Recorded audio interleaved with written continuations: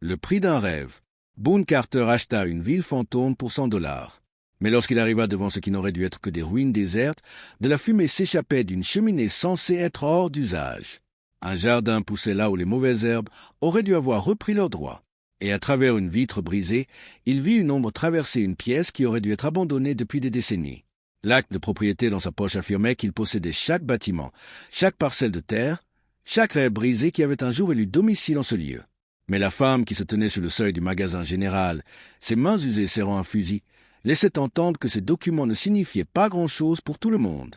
Boone descendit de son cheval, la poussière tourbillonnant autour de ses bottes élimées tandis qu'il inspectait ce qui était censé être son investissement. Le soleil matinal jetait de longues ombres entre les bâtiments, et il entendit quelque chose qu'il n'attendait pas dans une ville fantôme. Des voix, un enfant qui toussait quelque part au plus profond de l'une des structures. Il s'approcha lentement du magasin, gardant ses mains bien en vue.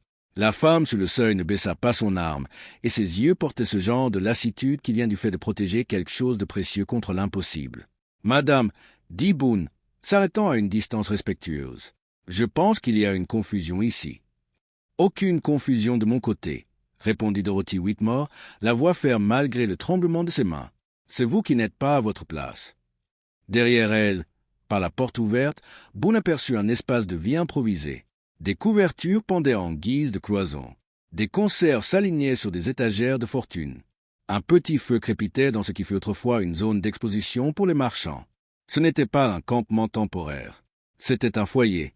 « J'ai l'acte de propriété, » dit Boone en tapotant la poche de sa veste. « J'ai acheté toute la ville au comté, légalement et en bonne et due forme. » Le rire de Dorothy fut amer. « Légalement et en bonne et due forme. C'est ce qu'ils ont dit quand ils ont pris la ferme de mon mari. Légalement et en bonne et due forme quand ils ont saisi notre maison. Légalement et en bonne et due forme quand ils nous ont laissés sans nulle part où aller, sauf ici. » Une quinte de tout fit écho plus profondément dans le bâtiment, violente et grasse. Le calme de Dorothy se brisa un instant, ses yeux s'élançant vers le bruit avant de revenir brusquement sur Boone. « C'est ma petite fille, » dit-elle. « Elle est malade et c'est le seul abri que nous ayons à 100 000 à la ronde. » Boone sentit quelque chose se serrer dans sa poitrine. Il était venu ici en s'attendant à marcher dans des bâtiments vides, peut-être à les nettoyer, à imaginer quel genre d'entreprise pourrait fonctionner dans ce coin oublié du territoire. Il ne s'attendait pas à trouver des gens. Il ne s'attendait certainement pas à trouver une famille s'accrochant à la survie dans les ruines des rêves de quelqu'un d'autre. « Depuis combien de temps vivez-vous ici » demanda-t-il. « 3 mois, » dit Dorothy. « Depuis que la banque a tout pris. » La toux à l'intérieur s'aggrava, et Dorothy serra davantage son fusil, sans le pointeur sur lui. « Mais prête, toujours prête. Elle a besoin de médicaments, » dit doucement Dorothy, « et de repos, et d'un toit qui ne fuit pas quand il pleut. » Le prix d'un rêve. Boone Carter acheta une ville fantôme pour $100. Mais lorsqu'il arriva devant ce qui n'aurait dû être que des ruines désertes, de la fumée s'échappait d'une cheminée censée être hors d'usage. Un jardin poussait là où les mauvaises herbes auraient dû avoir repris leurs droits. Et à travers une vitre brisée, il vit une ombre traverser une pièce qui aurait dû être abandonnée depuis des décennies. L'acte de propriété dans sa poche affirmait qu'il possédait chaque bâtiment, chaque parcelle de terre, chaque rêve brisé qui avait un jour élu domicile en ce lieu. Mais la femme qui se tenait sur le seuil du magasin général, ses mains usées serrant un fusil, laissait entendre que ces documents ne signifiaient pas grand-chose pour tout le monde.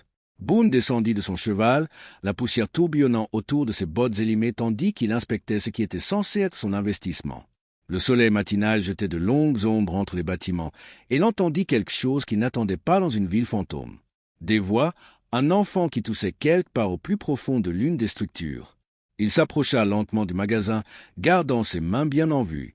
La femme sur le seuil ne baissa pas son arme, et ses yeux portaient ce genre de lassitude qui vient du fait de protéger quelque chose de précieux contre l'impossible. « Madame, » dit Boone, s'arrêtant à une distance respectueuse, « je pense qu'il y a une confusion ici. »« Aucune confusion de mon côté, » répondit Dorothy Whitmore, la voix ferme malgré le tremblement de ses mains. « C'est vous qui n'êtes pas à votre place. » Derrière elle, par la porte ouverte, Boone aperçut un espace de vie improvisé.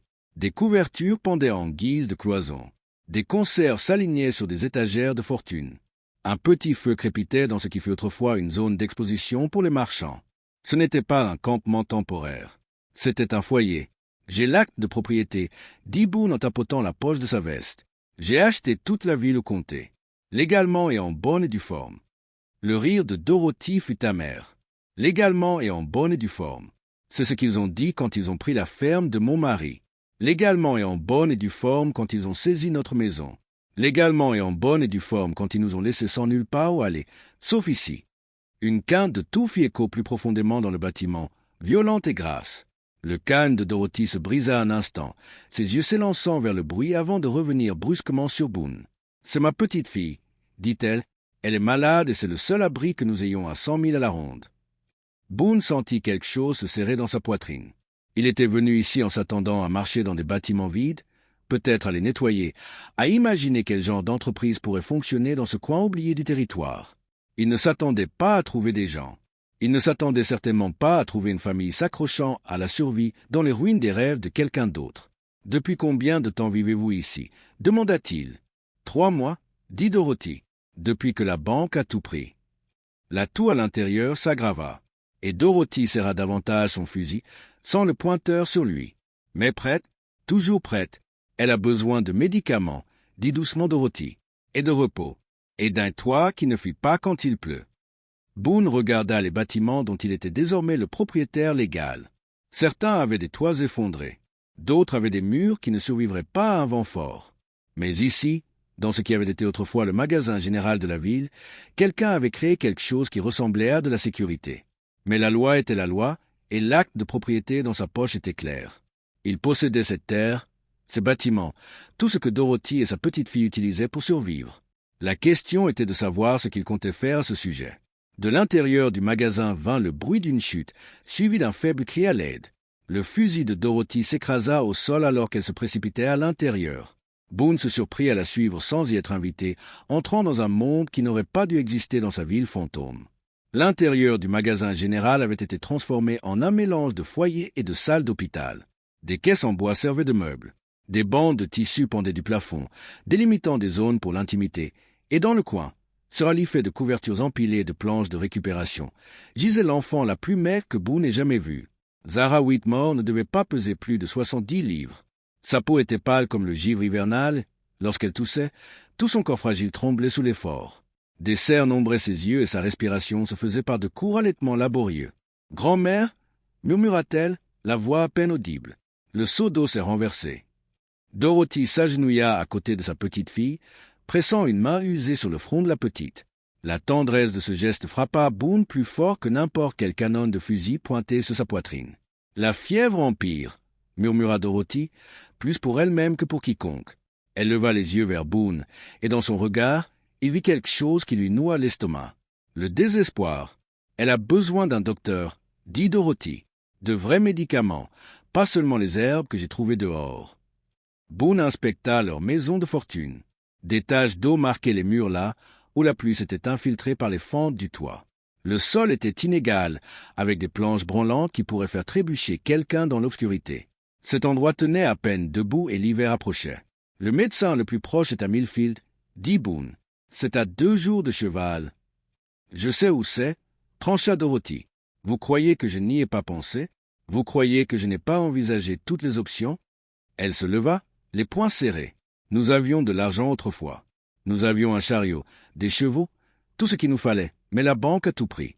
Ils ont dit que mon mari n'avait pas remboursé un prêt qu'il n'avait même jamais signé. Zara recommença à tousser et Dorothy retourna immédiatement à ses côtés, l'aidant à s'asseoir pour dégager ses poumons.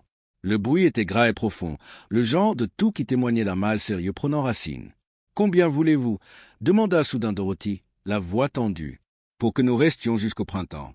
Je peux travailler, je peux cuisiner, nettoyer, réparer les vêtements, m'occuper des animaux, tout ce dont vous aurez besoin. » Boone sentit le poids de l'acte de propriété dans sa poche comme une pierre.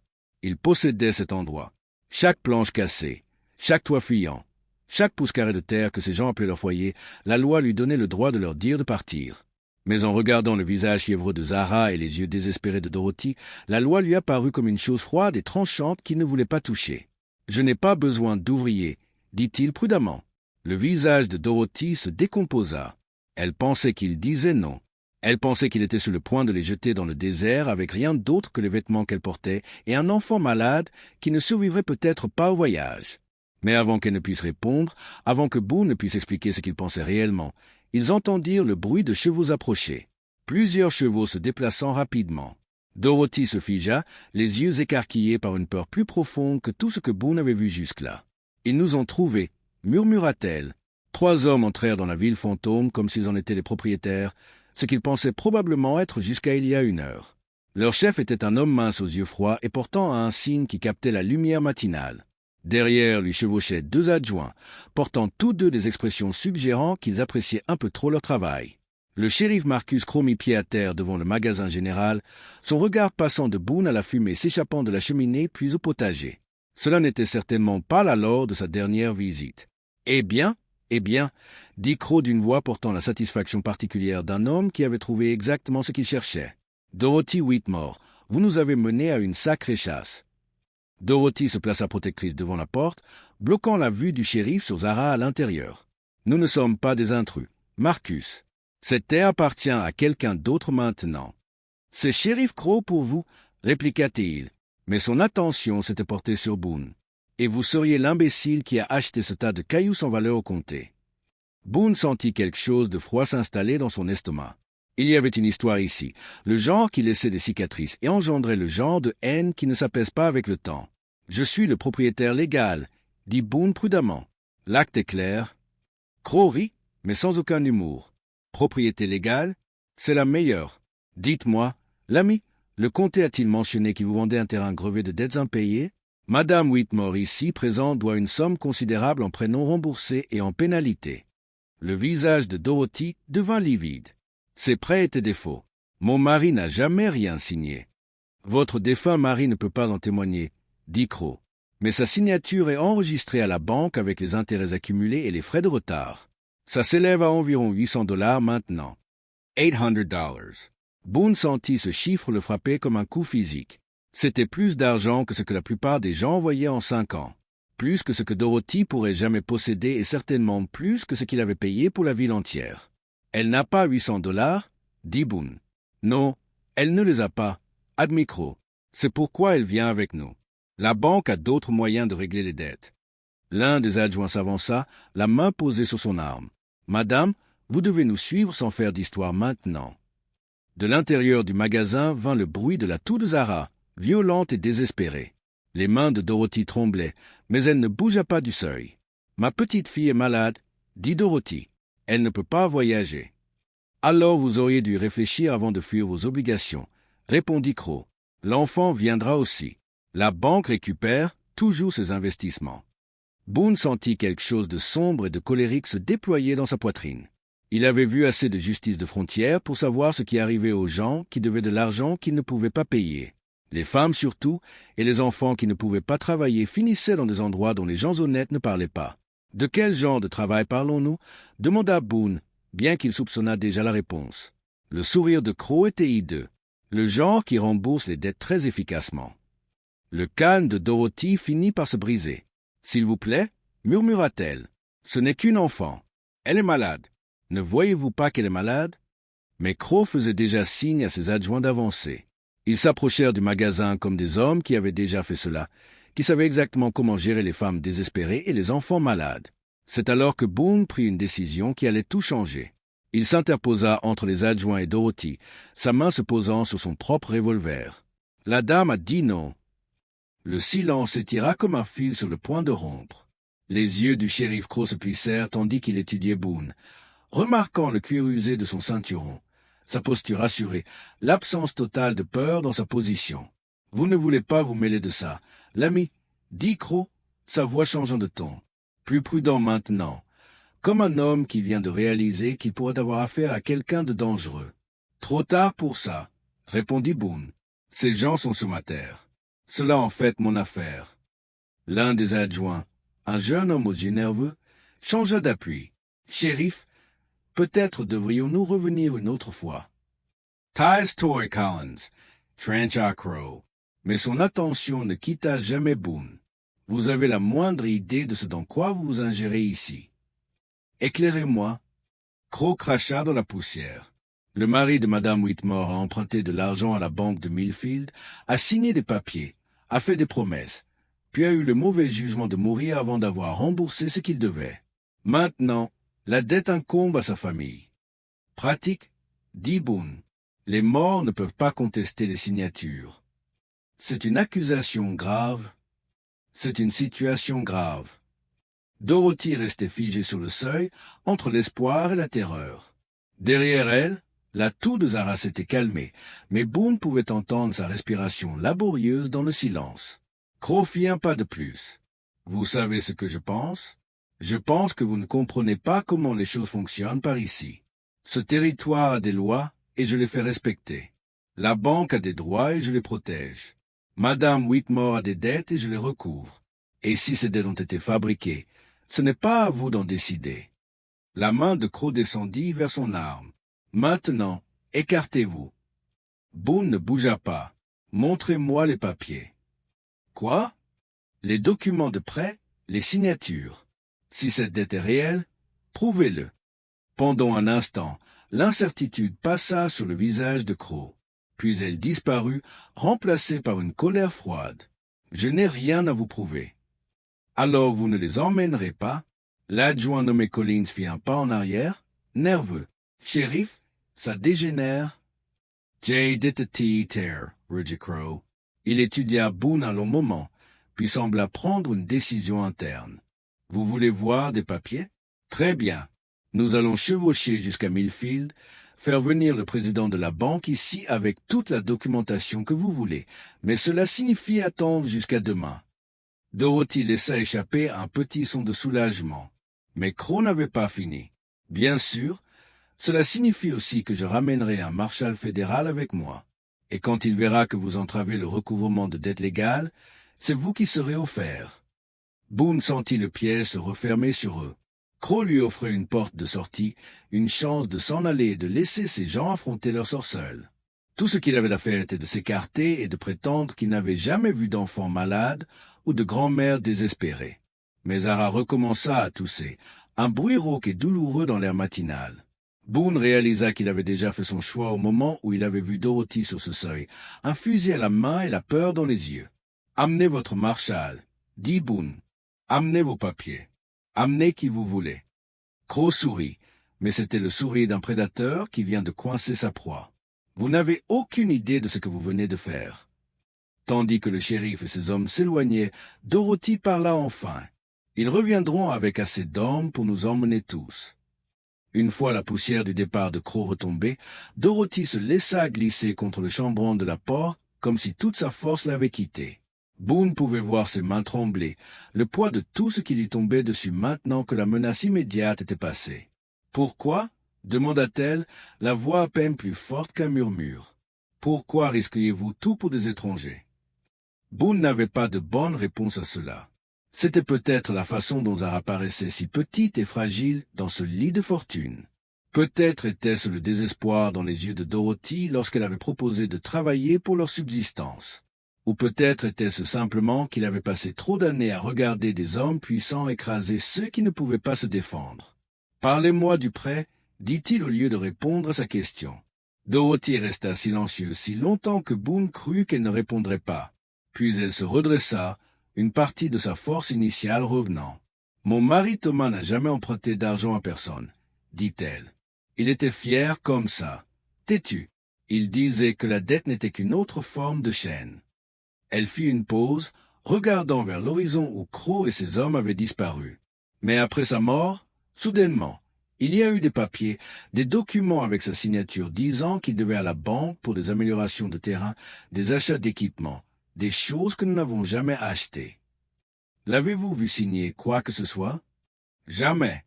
Et je m'occupais de toutes nos affaires commerciales. Thomas ne savait pas bien lire, alors je gérais la paperasse. La voix de Dorothy devint amère. C'est pourquoi c'était si pratique quand on ne m'a pas permis de contester la dette. Les femmes ne peuvent pas contester les obligations légales de leur défunt mari, selon la banque. Boone sentit la colère monter dans sa poitrine. Il avait déjà vu ce schéma dans d'autres villes, d'autres territoires, des banques et des fonctionnaires corrompus travaillant ensemble pour voler les terres de familles qui ne pouvaient pas se battre légalement. De l'intérieur du magasin vint un appel faible. « Grand-mère ?» Dorothy alla immédiatement aux côtés de Zara et Boone suivit. L'enfant semblait encore plus mal qu'avant, sa peau brûlante de fièvre et sa respiration superficielle. Lorsqu'elle essaya de s'asseoir, elle était trop faible pour y parvenir seule. « J'ai soif » murmura Zara. Dorothy chercha un seau d'eau, mais il était presque vide. « Le puits derrière fonctionne encore ?» dit-elle à Boone. Boone prit le seau et se dirigea vers l'extérieur. Le puits était vieux, son cadre en bois usé et fissuré, mais quand il descendit la corde, elle remonta avec une eau claire. En travaillant, il se surprit à réfléchir à ses $800. C'était une fortune pour des gens comme Dorothy. Mais Boone avait plus que cela caché dans ses sacoches de sel, de l'argent qu'il avait économisé après des années de vie prudente et de vente de bétail réussi. Il pourrait payer la dette. Problème résolu. Mais quelque chose dans cette solution lui semblait faux.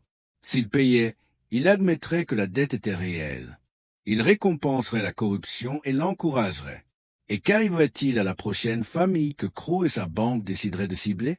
Lorsqu'il revint avec l'eau, Dorothy était assise à côté de Zara, caressant les cheveux de sa petite fille avec une infinie tendresse. « Elle a besoin de médicaments », dit Dorothy sans lever les yeux. « De vrais médicaments d'un vrai docteur, et elle en a besoin bientôt. » Crow a dit que le médecin le plus proche est à Millfield, la même ville où se trouve la banque, la même ville où Crow a des amis. Dorothy croisa enfin son regard. « Si nous y allons, nous ne reviendrons jamais. »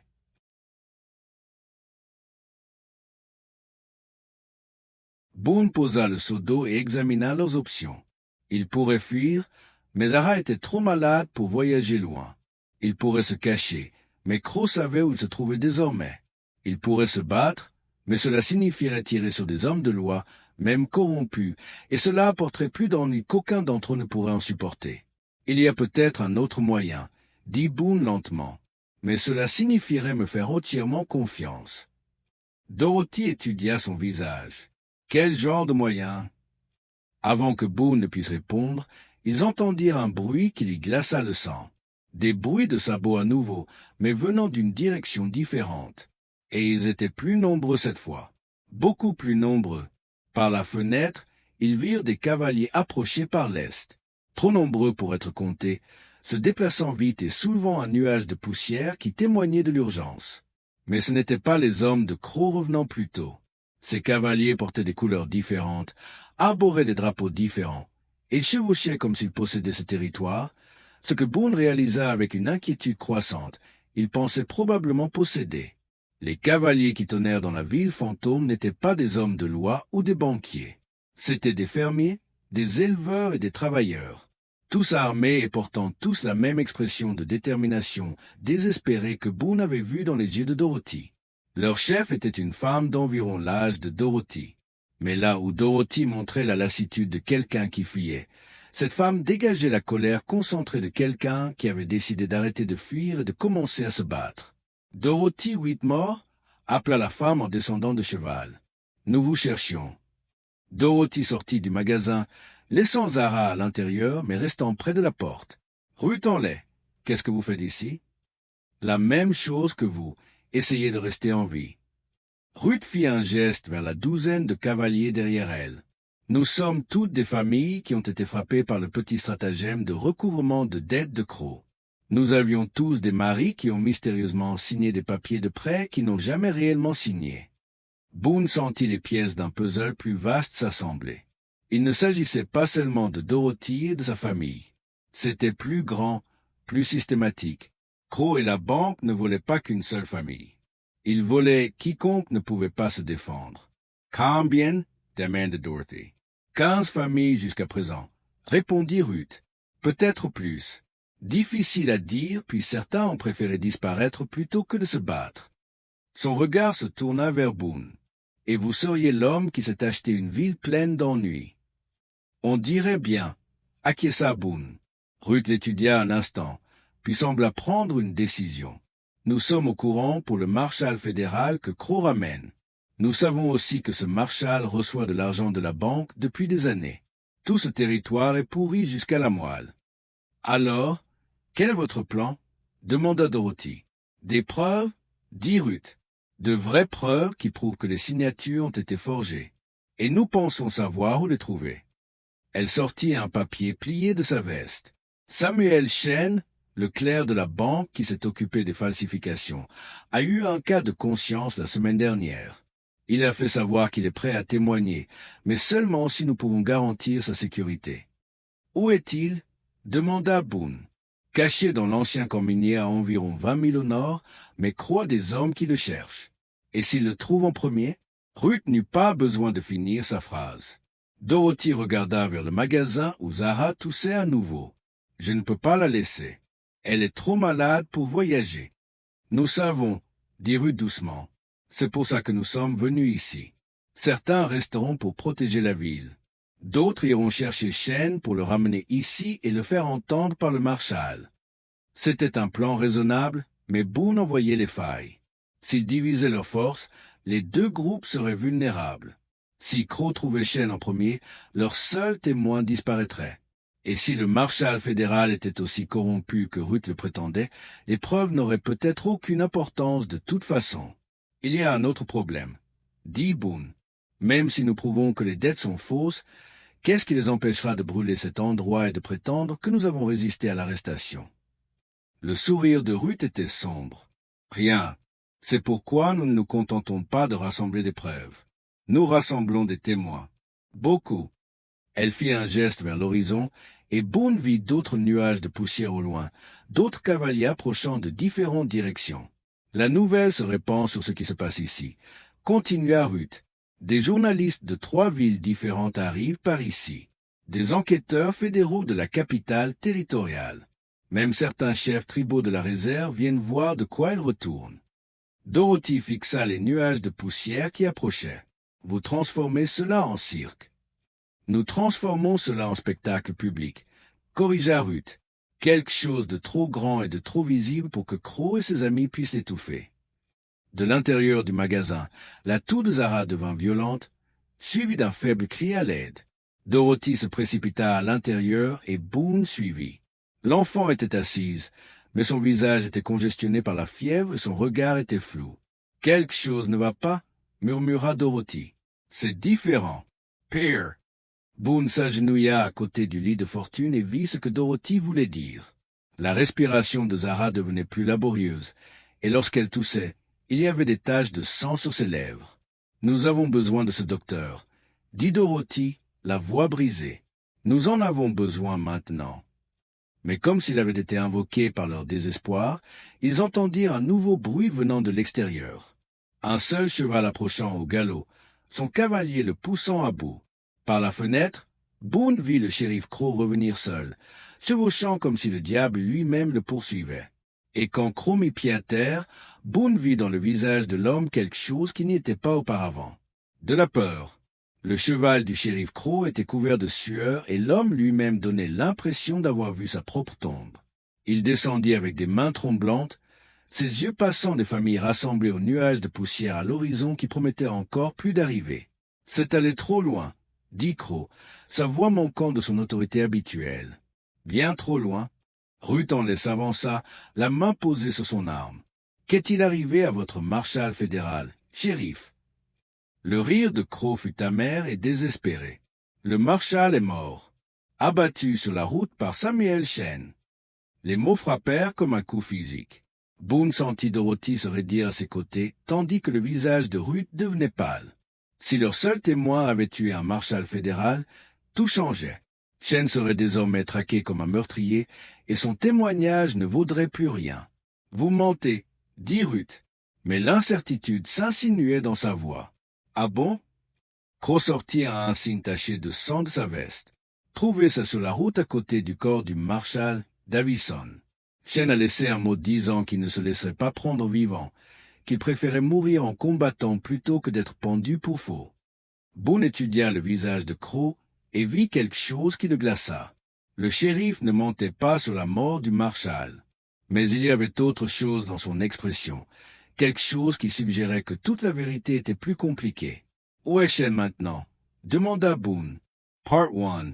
Disparu dans les montagnes avec assez de preuves pour faire pendre la moitié des fonctionnaires du territoire. La voix de Crow tomba dans un murmure. « Moi y compris.